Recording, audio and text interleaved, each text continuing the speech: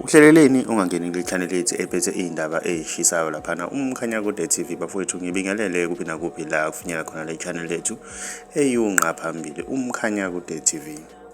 Bafowethu inkulu indaba laphana wengane zakwethu umthandeni sophinde waveza esinye statement laphana ukuthi imali ingena left and right laphana osomabhizinisi bayamncenca laphana ukuthi akafike laphana emcimbini igcwalisa ohlelwa imbangi yakhe laphana ukhuzane kanye nezinkampani ezihlukene nohulumeni uqobo laphana wengane zakwethu. Into evelayo ke laphana imali engenile laphana imali engango 250,000 laphana esuka kwinyanga yaseThekwini edume kakhulu laphana uDr Khehlelezi laphana wengane zakwethu. Uveze ngokusobala ukuthi le mali imncenca ukuthi akaye laphana emcimbini okuyinto enhle kakhulu ke leyana wengane zakwethu.